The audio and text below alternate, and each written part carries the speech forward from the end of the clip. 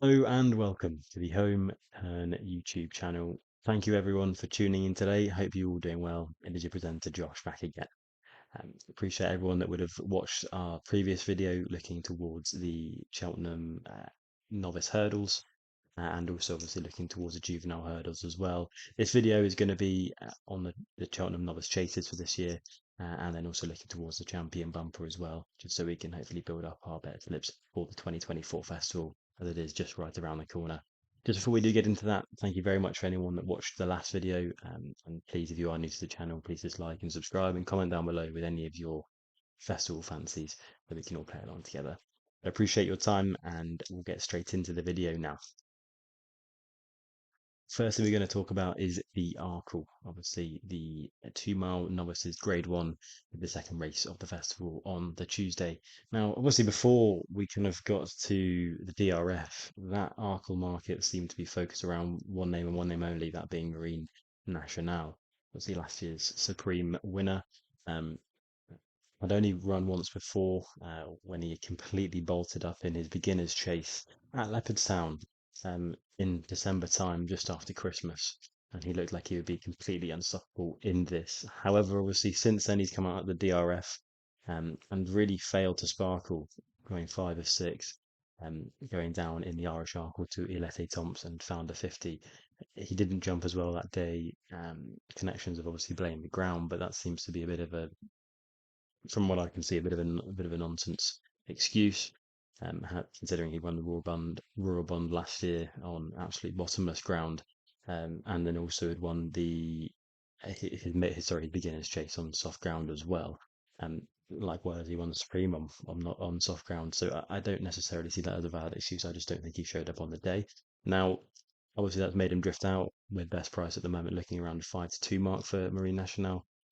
You'd be wary, or I would be wary, should I say, of backing him at that price now, just because of the uncertainty factor. He really did let everyone, well, let his supporters down, should we say, when he completely flopped in the Irish Arkle. And I think he'd be a brave man or a brave woman to have a penny of your heart or any of your hard-earned pennies on him, should we say. So for me personally, I think that's one you can leave out and you just have to let him run and see how he does, because he clearly does like Cheltenham with his obviously his performance at Supreme last year to back that up. I mean, looking down towards the market, you've got the likes of Villette Thompson, who did win that the Goffs Irish Arkle at the DRF. Obviously, won that by ahead to Founder 50, who was third favourite as well. Again, they're slightly short. I mean, Villette Thompson 11 to 2, best price, Founder 56 to 1. I think out of the two of them, I'd be more confident that Founder 50 could run a better race. He is a very consistent type. Obviously, he's never been out never been out the front two over his chase career, and has obviously won that Grade One fairly impressively before the DRF at Christmas time on Boxing Day at Leopardstown, beating Marmite Mozzie, who I think is actually going to be quite a nice shout, sorry, for the Grand Annual this year. Eleti Thompson as well. Cheltenham form is a little bit leaves a little bit to be desired, should I say. As obviously performance in the Triumph and then in Supreme, I think he's only finished fifth in both. So I wouldn't necessarily say he enjoys the course with his best form, all kind of coming around Leopardstown where he has picked up his two grade ones. Um, I would be a little bit windy on him as well. In regards to the Willie Mullins challenge as well, you've got the likes of Sassal Vega in there at 9 to 1, but he appears to be stepping up in trip to the Turners, which he's been crying out for. If we're all honest. Um, but I think this race is actually on paper looking like it's going to fall apart a little bit, like some of these novice chases, or most of these are as well. I mean, Gaelic Warrior's in there at 10 to 1. I wouldn't be having him going left-handed or 2 miles for that matter, especially after he did at the DRF as well. So really, I say Willie Mullins potential outlier in there is Hunter's Yarn, who fell on chasing debut when clear, beating Safarov, Gordon Elliott's. He would have beaten Safarov by, I'd say, around 10 lengths, but fell at the last. But then obviously did win on his next appearance, beating Pathior at Fairy House in January. But I do think he jumps a bit like a pig. I think he's going to throw a fair few stinkers in there. I don't think he's going to jump anywhere near fluid, or his jumping is going to be anywhere near scratch to make himself competitive in Arkle. So at 10 to 1, personally, I think that's one you can leave away. I mean, you look down the list in regards to competitors in this. I think Quilixios at 12 to 1, the former Triumph winner. is of interest. They did try the hand at 3 miles, and he definitely did not get that when he was sixth or seventh. Um, the start before last at Punchestown in that Grade 2 Florida Pearl actually was ended up being smashed out of the park by Favourite Deschamps, who's going to go for the National Hunt Chase by the looks of it. Bounced back nicely at Nace when he beat Safarua as well, actually. So the form line does kind of tie in there with Hunter's Yarn. But he actually stayed on his feet that day, which is the game, which is really the name of the game. And he looked pretty impressive in that, but I wouldn't necessarily say he's a massively strong bet at 12 to 1. There is actually an English challenge here, and I do really think potentially this could go the way of the English. Obviously, last year it went to El Fabiolo beating John One, but the year before that, Edward Stone had it in the bag. I do really like the chances of JPR1. Now, people may laugh at me here and say, oh, um, you don't know if he's going to stay on his feet. Well, I don't know. He always used to throw in one sort of howling mistake um, in pretty much all of it. He didn't do it at Newton Abbott when he went on Chase debut, but obviously when he unseated at Cheltenham in the Irish Arkle trial at the last, when he would have put up a serious performance, beating Pitonner and Tom Public as well, he would have been miles clear up the hill had he not kind of stumbled Galopin des Champs-esque. Um, then I think there would be kind of a different story about him. Obviously, he had the same error in the Grade 1 Henry VIII chase at Sandown on heavy ground. I think you can kind of make excuses for that, and the fact that he was turning in looking like he was travelling by far the strongest in the race, hits that second hill just before hits the second fence just before he comes up the hill and pecks on landing, and then all momentum is gone, especially on that completely bogged out ground at Sandown that day. It was very heavy ground, and he was never going to pick up from there. Came back nicely and bounced back in the Lightning Novices Chase at Lingfield on Winter Millions Day in January, when he obviously went and beat Matata. He jumped beautifully that day. I think really for an Arkle, it's his jumping that would is going to help him. Is going to be his biggest asset. He's very athletic when it comes to his fences, and he gets away from them, importantly, extremely quickly. Very good footwork out of his fence. I think he could be an interesting skip shout at around 12 to 1. He was obviously 50 to 1 before Marine National laid his egg, but I still think there's a little bit of value in that price, and I wouldn't be putting anyone off that considering the question marks that are at the top of the market. I think he just has that ability, obviously, course form at Cheltenham as well. He, funnily enough, ran in his second ever race over hurdles at Cheltenham, where he went down ahead to that's right, Gino, obviously. Rest in peace to him.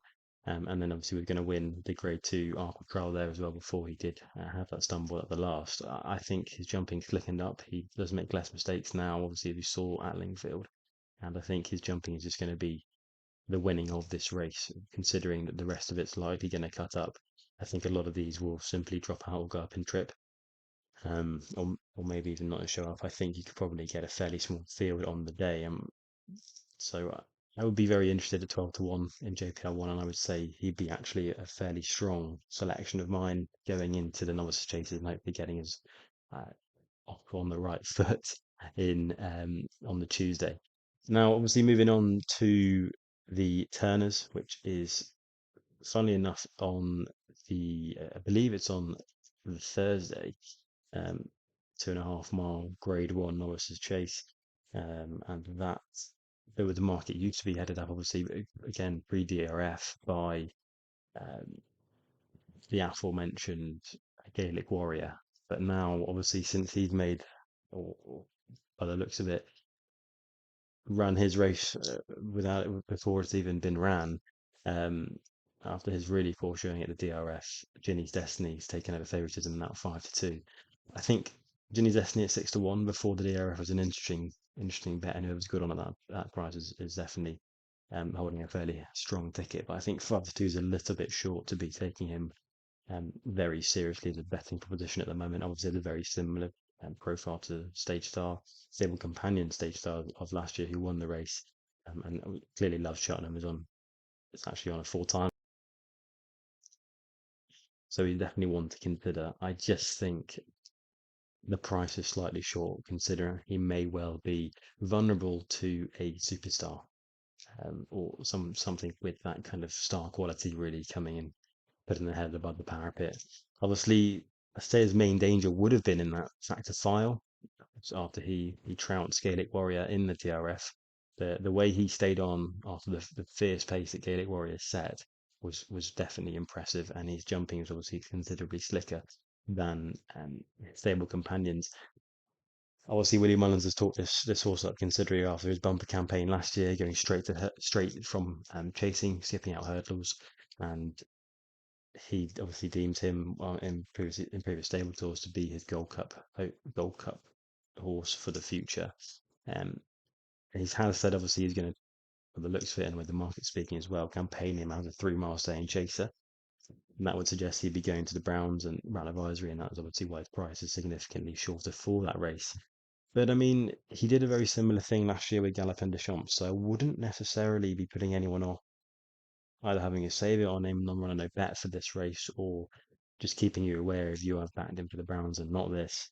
He did a very similar thing a couple of years ago with Galopin des Champs, where he was going to take him to the Browns and then late switched him to the Turners.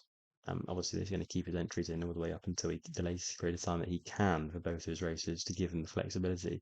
And typically speaking, with these younger novices, most trainers will say that 2.5 mile Turners race is a lot easier on them than the 3 mile slog um, on the new course at Cheltenham that would be for the Browns. So it would be on the old course at the Browns. So it's definitely one to keep in the back of your mind. I wouldn't necessarily say it's all over yet for any factor file backers in Turners. I just keep on to that ticket until the day of the race, really.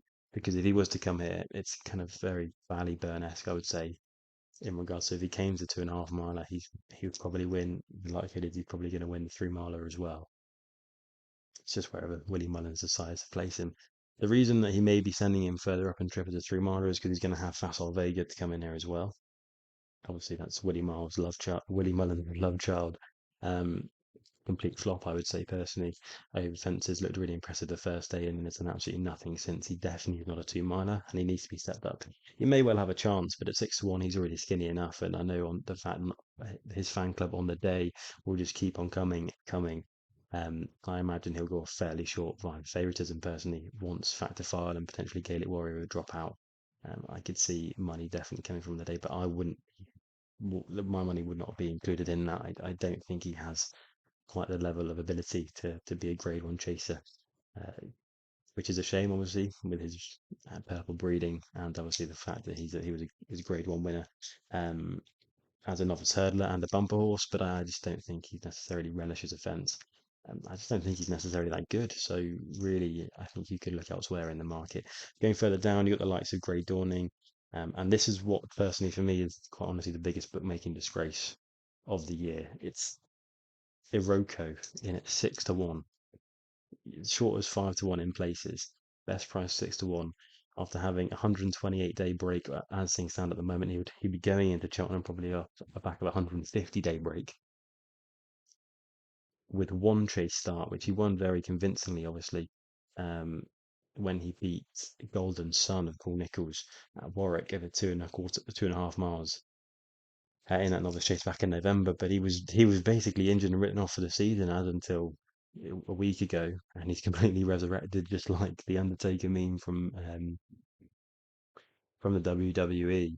I I don't know necessarily if there's any stats on that, but a horse coming off a 150-day break with one previous chase start going into Grade One at Cheltenham, how successful they are. I imagine it'd be very slim amount of horses have done that. I personally don't think it as good as Iroko is. I think the fact that 6 to 1 is the best price you can get about him is an absolute disgrace, personally, considering the strength towards the other end of the market as well. I think that's shocking. Looking further down, I mean, as I said, we've got the Grey Dawning in there as well, who would be an interesting squeak. I've sounds of connections would be aiming to go here more so potentially than the Browns, but I imagine this is going to be a Ballyburn and Slade Steel kind of dilemma where wherever Actor File probably goes, I imagine Grey Dawning may miss. At the moment, connections been edging towards this race to Turners.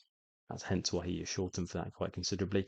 And I would say going to have quite a good chance. I prefer him in the Turners than actually the 3 miler, just because I think once he gets to once he's getting towards the end of the 3 mile trip, his jumping really starts to go fairly sloppy, as we obviously saw in the Grade 2 Hamptons novices at Warwick. It was only really when he turned in from the straight that his jumping started to go a bit skewy when he started jumping out to his left. I think he will throw in a few stinkers in regards to his jumps, but over 2.5 miles, you can probably get away with it a little bit better where it takes less out of your stamina from that perspective. And he probably would have beaten Jimmy's Destiny in December time at Cheltenham had he not absolutely made a horlicks of the second last and Harry Skelton giving him quite as a questionable ride at some point. So I think he would be interesting at 6-1.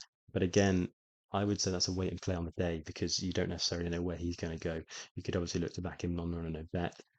But I think realistically speaking, if there was a case that Ginny's Destiny turns up, Facile Vega will go and Iroko, imagine, will probably have some money on him as well. I think he'd probably stay around that price. So you wouldn't really be missing out on that many points and just making sure you know exactly where he does end up going. So looking a little bit further down, then slightly towards maybe some outliers there. I mean, this race is going to cut up massively. Founder 50 is going to drop out. Elite Thompson is going to drop out. American Mike isn't going to go here, 100% not. Um, Factor File probably will drop out. Gaelic Warrior will probably also not get there. I think one at a bit of a price, which is of interest potentially if the ground was to go soft, is the likes of a Djelo for Venetia Williams, who obviously fell in that light novices chase that JPR won one at Lingfield and then was second behind Nickelback in the Scilly Isles chase. I think on softer ground, obviously with the Scilly Isles chase, it was a bit of a disappointment, but that was on good ground. I think anything with softened description would see him at his best effect, and at 33-1 best price, he could be quite an interesting squeak and non-run and a bet, depending on which obviously bookmaker you get. And the other one I'd say at 50-1 with a big price would be Colonel Harry, just to look out for again if it gets really soft.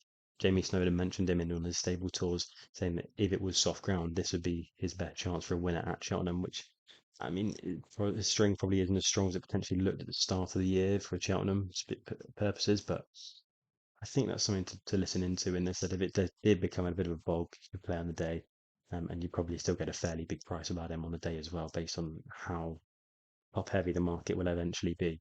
So, as I said, to summarize, if Factor File does go here, I think he just completely wins. I don't think it's much of a question.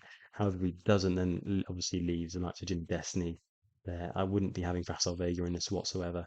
Um, I think then at that point that would bring into play sort of a Grey Dawning more so, and potentially then also the likes of Ginny's Destiny obviously will have their chance rightfully. But if it gets really soft, have a look maybe at a big price each way for a Djelo or a Colonel Harry to pop up and potentially bring a surprise or maybe get a place for you there because that'd be something maybe to plan the day just for future reference. But as I said, I think if Factor File does go here, it'll be tough to beat. And then just looking towards now on to the Brown advisory as previously mentioned. So Factor File does head the market for this one as well. He is 7-4 best price favourite, so the market would suggest, based on that, he will probably be heading towards this race. But that is obviously based on what William Mullins has said in his stable tours previously, so you can't really take that for gospel. But as things stand, this is where he will be aimed at. And again, if he does go here, I think he's going to be very difficult to beat. He obviously won the Grade One 2 miles 5 in the Lambert's Novices Chase, beat Leopardstown at the DRF, beating Gaelic Warrior, and then obviously won that one at Leopardstown again, the Rising Stars Beginners Chase, where he beat Zanahir by a fairly wide margin of 17 lengths in the end. Zanahir has obviously come out and won since then at Thurles the other day, so to frank that form. So he's definitely one to be keeping on side of. I think he's a little bit short now from an Antepost perspective or pre Cheltenham. I don't necessarily see the price really getting much further in than that. And if he definitely goes here, then he could potentially be a play. The one I really do like in this is actually Stay Away Faye. His price is a little bit short now for what he is. I think 7-2 is set fairly short for the risk you take, the fact that if Factor File does come here and he's a superstar, then he may run into one. But I do think if Factor File were to head to the Turners, then this obviously blows his race completely wide open. And I think Stay Away Faye would trounce Grey Dawning, obviously staying on up the hill over 3 miles. In regards to the form in the book, Stay Away Faye has by far the best out of all of the 3 mile novice chase division. And he won um, that very hot a novices chase at the Future Stars Novices Silver Bowl actually at Exeter, I believe it was again, where he beat obviously the Changing Man, Grey Dawning in that one as well. That was on chasing debut, and then he went to win the Grade 2 Escher's Novices Chase at Sandown, beating the very highly hyped up Giovinco, pretty snugly on that one as well. Obviously, again staying on the hill, and then went set up into Open Company um, just towards the end of last month in the Cotswolds Chase at Cheltenham, and didn't really disgrace himself. He didn't jump particularly fluently that day. Um, which ideally you'd want to scrub up. But I think back in Noah's company, back in Noah's pace, I think that wouldn't necessarily be as big an issue. He was only 3.5 lengths off Capodanno, the eventual winner, and obviously was rallying towards the end as well. So I think he's going to relish going up that Cheltenham Hill. And I could really see him, obviously, with the course form in the book, having won last year's Albert Barla and then going on to run respectably well in open company at Cheltenham, having a little bit of an edge over these, and he could serve it up to Factor File if it comes down to a real attritional soft ground kind of Brown advisory. Then I think he may well cause some issues. And I have had money on at 6-1, but I do think 7-2 is kind of the price you get on the day. So there's not really much point playing him now. That obviously looking down the list, you got the likes of Grey Dawning. I personally think stay away they would stuff Grey Dawning in a 3 mile chase. Um, Maybe 2.5 miles. It's slightly different. He's probably got a bit more boot, Grey Dawning does, than Stairway of Faith and Alpine Upstairs, kind of Jerry Colomb type more so. Um, I wouldn't be having him, but obviously that's a game of opinions. The one I really don't fancy at all is Monty Star. I don't see the hype whatsoever in this. I think this is a bit of a wise guy's horse. I just cannot see it whatsoever with him getting anywhere near this. He's 9-1. I think that's ridiculously short for what he's done. Third out of 13 in his beginner's chase, where he ran up behind Corbett's Cross and Three Card Bag. They are both National Hunt chase horses, so not to minimise what they've done, but they're not exactly top at Grade 1 3 mile staying chasers. And then obviously you got the lights. He went on again in a beginner's chase, Three Card Brag, then it punches down in December on heavy ground. I just don't see it. I don't necessarily see him being a threat at all, and I think he's a little bit of a wise guy's horse that latches on. I'd be shocked if he actually goes and wins this over the likes of a Factor File or even Stay Away Fair. Factor File doesn't run in this. Again, this is like the Turners where it's going to completely cut up. I think if um not if Factor File comes to this, I just think it's going to cut up regardless because you've got most of the rest of the market there, like MC Gardens, Nick Rocket, um, Gaelic Warrior, Kakuna, Miller Kakuna, Fasol Vega, Salvador Ziggy, Fabric de Chomdu, Firm Footings, Imagine, Kilbeg King, Three Card Brag, Apple Away, Brave Kingdom, Idarke Bu, Trelawney, Jamaico, they're all not going to go here. 100%. And then you've got the likes of a Walking on Air, who I would doubt would go here. Gaelic Warrior is not going to go here. Um, Giovinco is probably not going to go here, and maybe Broadway Boy would. But at that point, you're probably going to be looking at a 6 or 7 runner race tops, really tops. And if Factor Files go here, I'd say even less at that point. But I would be very keen on Stay Away Faye, and I'd put him up as my selection on the day. And I'll put him up now at 7-2. I don't necessarily think he's a bet now. You could wait until the day, but I do really like him in regards to taking on a Grey Dawning and a Monty Star. If Factor File were to run in this, then it would be definitely different. But I think he'd still have a chance. And I think in a smaller field, if it was to be really soft ground, he'd definitely go fairly close.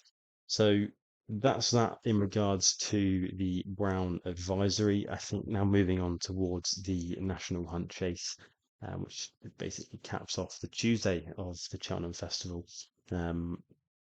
Won last year by obviously Willie Mullins and Patrick Mullins. They'll be looking to emulate that success this year. So they won that with Galliard Demers Neil last year, and they've got the hot favourite in this now, Embassy Gardens as well. And I think at 94 as best price, he's going to be really tough to beat. He'd be one of my stronger fancies in regards to one of those fairly shorter price favourites at the moment. I think he could go very, very well. Um, in this. I think he's just got that graded level of class that a lot of these don't, which you kind of in more recent times with the likes of Galliard Damiano have needed to win this race. Obviously, I wasn't massively impressive as a hurdler, but as soon as he's jumped the fence, he's come on significantly leaps and bounds and looks an out and out stayer completely. Obviously won his beginner's chase over 3 miles convincingly against Let's Go Champ, the horse of uh, ridden by Rachel Battenor, trained by Henry de Bromhead. and then obviously went and trounced them uh, in trounced Sandrock again. It was by 10 lengths in the grade three at Nace. That was in the end of January, and it's just the way he jumped that day. He looked superb. Loves the fence, jumps very slickly, and clearly was going to relish a staying test. Obviously, that was on soft to heavy ground of a 3 mile one at Nace. I don't think you're going to have any issue going on this marathon trip at 3 mile six whatsoever. I think his jumping is just going to see him through, and I think he's going to have just a little bit higher level ability than most of the others in the field. I mean, you get down to the light end of second favourite, who's Corbett's Cross. I personally don't see it. I don't think his jumping is anywhere near good enough to be able to get him competitive in this. And really, again, will he stay? I'm not 100% sold on that as well. I would be very windy on Corbett's Cross. The one I think that's interesting at a price is actually Salvador Ziggy. He's now into 8 to 1, though, which is slightly short. He was out to 16s after his American national failure, but I think he's he went a little bit under the radar for the first part of the season, just because obviously he does most of his work in the summer and then gets put away up until this kind of the springtime again. Um, Obviously went really close at Cheltenham in the attempts last year, being second on soft ground, which would be not his ideal surface to run on. And if this was a good to soft first day of Cheltenham, he'd have a significantly higher chance. Obviously, much prefers spring summer ground. He is predominantly campaigned in that time of the year. Obviously, ran a really good race at Stoll in the Kerry National, became second behind Desert Moor House in that before obviously going off to Far Hills in the American Grand National and not quite seeing um, not quite performing to his expected ability. I think that obviously can. I think you can draw a line through that result just because it takes a lot of a horse to travel across obviously the Atlantic. There's different veterinary rules up there. They get different jabs. That would have taken a fair bit out of him, and I think you could probably just put a line through it. Now he's going to be put away and polished up by Gordon for this day in particular. He runs really well off a break. Same happened obviously last year in regards to him getting qualified for the attempts at Cheltenham, 4th of 15. Mark was only bumped up £2 and in the weights, and then came off a 6 month break into the Cheltenham Festival, where he was second of obviously in that attempts. We may not necessarily have that grade one caliber level of ability, but I do think as an outlier or on better ground, let's say if it was good ground or good to soft ground, he would have a much better chance. He's ran really obviously consistently over the summer period of time on good to soft ground. So if he gets that, then I think he could actually prove fairly difficult to get by. And I do think he would stay pretty easily. 8 to 1 is a little bit short, I think, though, to take on an MC Gardens when your really angle is the ground. Um, but he would be of interest and definitely one to note down. Obviously, looking down a little bit through that as well, you got the likes of the 3 car Bragg, Florent Porter. I think maybe won't even go in. Even if he did, I wouldn't really be convinced of him anymore. I think he's not necessarily um, relished fences, and he's really lost a bit of a step as well. I think looking down towards the end of the list as well here, so the Kilbay King has been confirmed he's going Anthony Hannibal's. I wouldn't be massively convinced of him. Broadway Boy would be of interest if he does go here, but I do believe connections will be probably favouring the Browns for him. I think he'd stay though, and obviously has very good Cheltenham form, so could be one to look to. But again, that would probably likely be a play on the day. So I'd say really for the national hunt chase, I think MC Garden is going to be very difficult to beat. I imagine that'll be Patrick's ride for this race.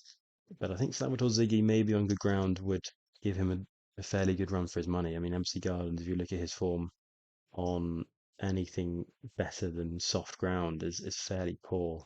I don't think he won on yielding ground at Thurles on his in his novice hurdle, should I say? But apart from that, they have been fairly reluctant to run him in better than soft ground, and his two chase performances have come on heavy and soft to heavy ground. So I think that would be really the only angle that you could have going in against him. And if that was to be the case, then I think Salvador Ziggy would go fairly well in that. So that would be my take for that. And I'd say actually Salvatore Ziggy would be the one I'd be putting up in regards to um, taking him on. You go each way, and I think you're going to get him in a place. So Salvatore Ziggy, I think for me, for the national hunt chase there. Running out the show with the champion bumper. You may have noticed a little bit of an outfit change. I did record this part yesterday, which would have been Monday evening, so it would have been around Monday the 19th of February. Um, as of today, my selection in this race, which would actually I'll let everyone know, would have been the Dan and Harry Skelton trained um, Let It Rain, unfortunately has been ruled out for the season by Dan Skelton as of today, the 20th of February. So I felt that was slightly pointless in regards to putting her up. I did really fancy her, especially after that Ascot race, but I thought we'd have to rewrite a whole conversation considering my analysis was basically centered around her. So into the thick of it now with the champion bumper market this year. It's not really shaped up as previous years where you've had obviously the likes of Facile Vega heading the market all the way through the season, and yeah, last year obviously had a Dream to Share who mopped up all those sort of Grade One bumpers before going on obviously to win the big one at Cheltenham. It's been a little bit, well, a lot more competitive, and from a punting perspective, the shortest price favourite at the moment, Jalon Duderis and Jasmine Devoe, are 6-1 joint favourites as things stand. I mean, in regards to the form lines there, I think Jalon Duderis has proven probably a little bit more, having obviously run an extra time. Um, at one time at Leopardstown, obviously just after Christmas, when he beat Redemption Day on heavy ground fairly significantly. Well, significantly, as in he beat him by 2.5 lengths, and did that well. And obviously Redemption Day has gone on and placed in the DRF bumper, which is actually won by who looks to them be the star of the Gerbo Machin, Fermet Mullins, but unfortunately, obviously, he was ruled out straight after that with an injury. So the market then kind of focused back around Jalon Duderis, who I would say is worthy favourite, and I would have him over Jasmine Devoe for the time being. And I think if it was the case that those two are going at very similar prices on the day, I would have to pick between Jalon Duderis over Jasmine Devoe. Then you look down towards the likes and the big hype horse of this year, Romeo Coolio, who I would say very much disappointed or flattered to deceive more so on his debut for Gordon at Fairy House. He did win that, but didn't look to do it. Or didn't do it with the um, type of ability potentially that I think many had hyped him up to have. Obviously, he's more than entitled to come on from that, but I think coming into a champion bumper with only one run under the belt may be a slight weakness, especially fairly underwhelming one. So maybe he's one for me to, I would say, leave about. That's the same potentially can be said with Jasmine Devoe having only run once under rules in obviously in Ireland. So I think I'd be a little bit windy on those two. Then you got the likes of Maureen, who isn't going to go here, I don't believe. I think will be going to the Aintree bump, the Mayor's Aintree bumper, the one that Darcy Ineos won last year at the Aintree Festival. I think she'd be quite a good selection there. She's clearly got a lot of talent related to Forheen, the machine, but I think in this one she's just going to drop out of this. Likewise with Tishan, obviously Nichols' hype horse, who came in after winning a point to point by an Irish point to point by 41 lengths, and then bolted up in an extra uh, bumper only a few weeks ago now. What he beat that day, you're not sure, but he obviously did it visually very impressively. I just don't think he'll go here. Nichols has already said he's unlikely to go here and probably will run at Aintree, which is the typical Nichols thing to do with these young horses. He's very careful with them, and I wouldn't be surprised if he ends up avoiding this race with him. The one at a fairly decent price that is one to consider, I think probably would actually be for me personally, Willie Mullins' strongest start to throw at this would be You Ought to Know, having run really well at the DRF, obviously running up behind Jeremy Machan. Ran really nicely that day. I think it's just been overlooked slightly in the market with a few more sexy names in front of him. But I do think from a form perspective, he probably has one of the best lines of form in this race. I think at 9-1 would be a potential play, whether obviously depending on who would drop in and out of this race. And I think he's more likely to go here as one on good ground, and then obviously ran really well on soft and yielding ground. So I think very way more experienced, having run 3 times over under rules, in all of them in bumpers. And he could definitely be a bit of a lurker in there at a decent price at 9-1 at the moment for William Mullins.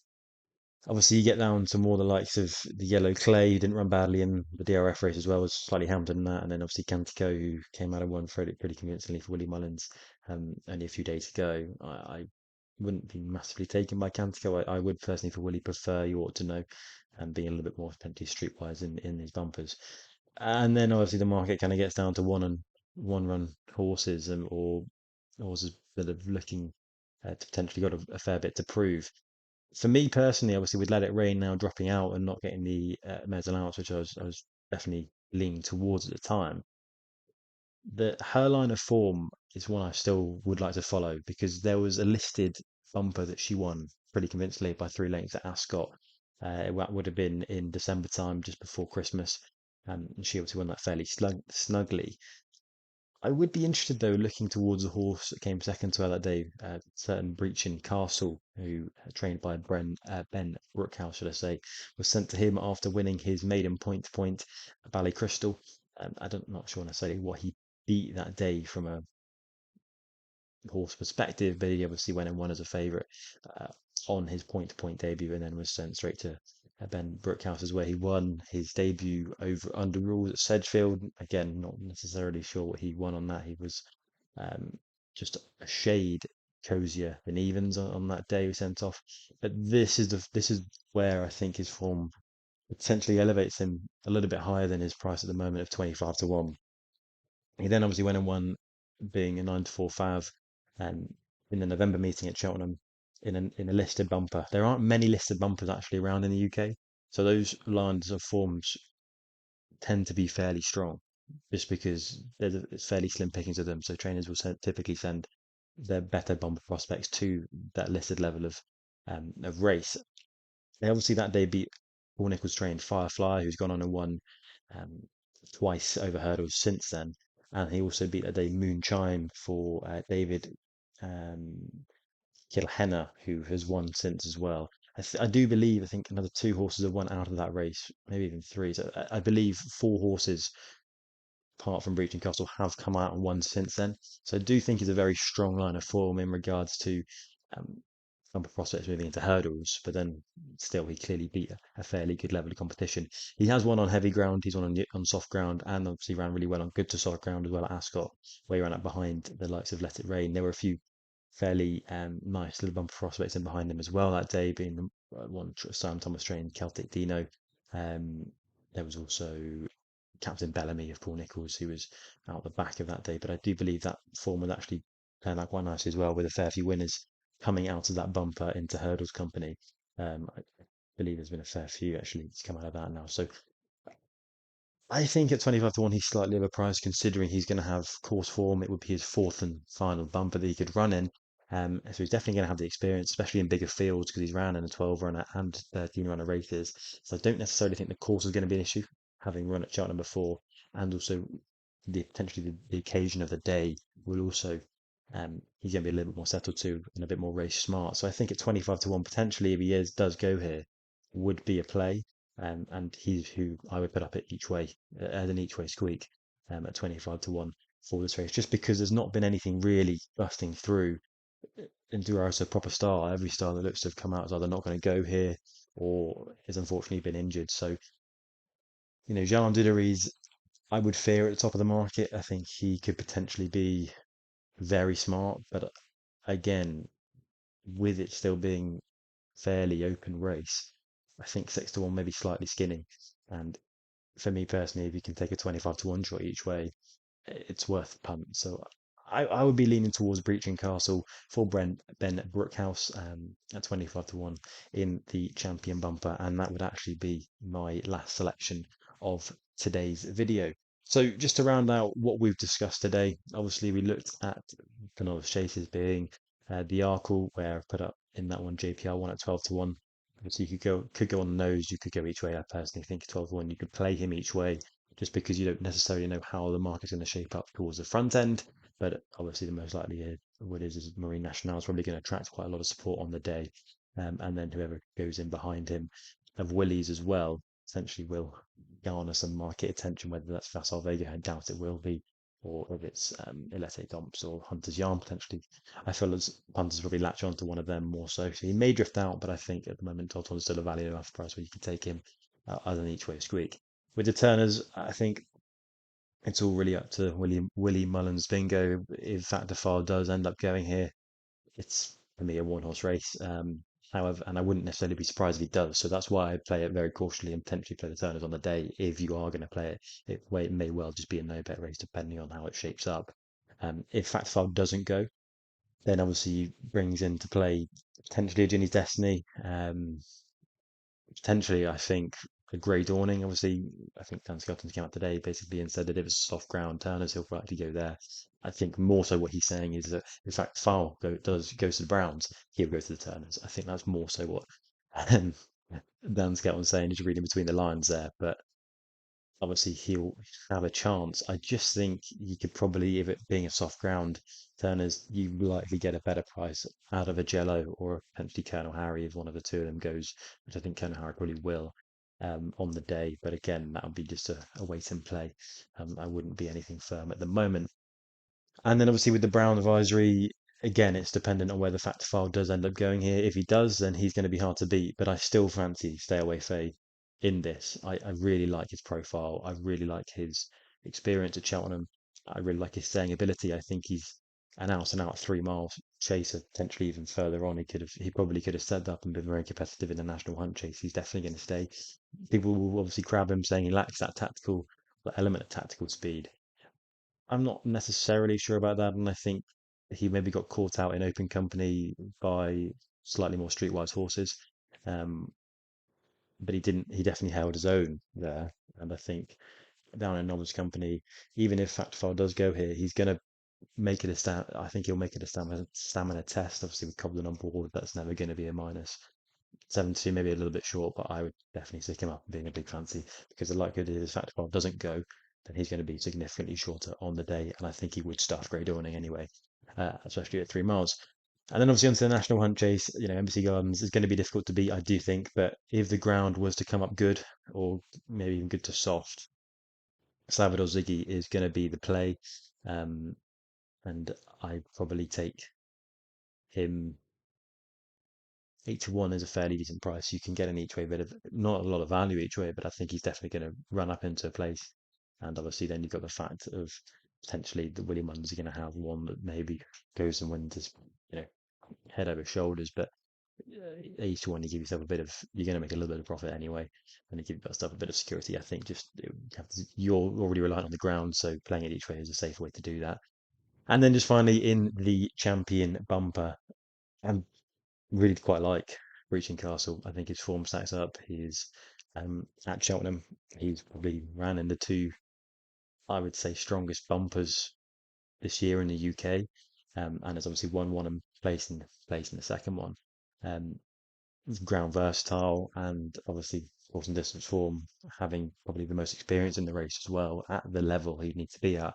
I, I think he'd be a very good. I think he's overpriced at 25 to 1, and if you got 25 to 1 each way on the day, I think you'd be sitting on a fairly nice little ticket there. So they're the three for me. Obviously JPR one in the Arkle, uh, Stay Away Faye in the Brown Advisory, and then Salvador League in National Chase and Breaching Castle, big price at 25s in the champion bumper. I appreciate everybody's time. If you stuck it out all the way through this, and please, if you are new to the channel, like and subscribe. Uh, every little helps with the channel starting to grow. As I said, my next video is going to be out likely if this one's going to probably come out on a Wednesday. I imagine that will be out the day after that. Obviously, looking towards this weekend's action at Kempton for the Adonis Juvenile Hurdle. But as I said, I appreciate everyone's time, and I'll catch you later on. Thank you guys. Bye.